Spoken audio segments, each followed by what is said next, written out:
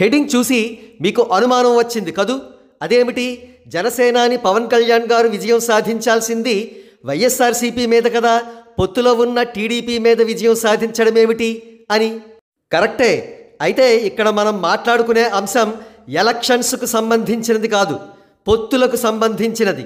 నాణానికి ఒకవైపు మనకు ఏం కనబడుతుందంటే, జనసేన పార్టీకి కేవలం 21 ఎమ్మెల్యే సీట్లు మాత్రమే ఇచ్చారు, అదేవిధంగా కేవలం 2 ఎంపీ సీట్లు మాత్రమే ఇచ్చారు. కాబట్టి జనసేన పార్టీ పూర్తి స్థాయి సత్తాను ఈ ఎలక్షన్స్లో ప్రదర్శించలేకపోతోంది అని. కానీ నాణానికి మరొక వైపు కథ వేరే ఉంది.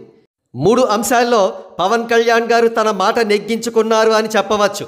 అందులో మొదటిది, సీఎం అభ్యర్థిని కూటమి అఫీషియల్గా అనౌన్స్ చేయలేదు. టీడీపీ అత్యధికంగా 144 ఎమ్మెల్యే స్థానాల్లో పోటీ చేస్తున్నప్పటికీ కూటమి సీఎం అభ్యర్థి చంద్రబాబు నాయుడు గారు కాదు.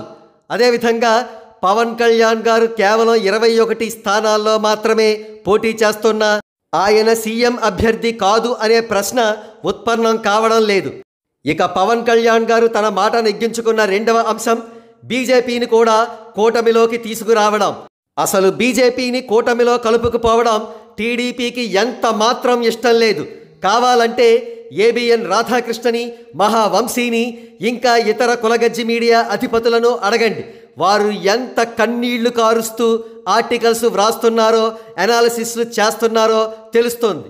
ఇకపోతే కూటమిలో పవన్ కళ్యాణ్ గారికి ఫేవర్గా ఉంది అనుకుంటున్న మరో అంశం, ఇందులో పవన్ కళ్యాణ్ గారి ప్రమేయం ఉంది అని చెప్పలేం. కానీ జరిగిన విషయం ఏమిటంటే, నారా లోకేష్ గారు ప్రస్తుతం అత్యంత కీలకమైన ఈ తరుణంలో మంగళగిరికి మాత్రమే పరిమితం అవుతున్నారు.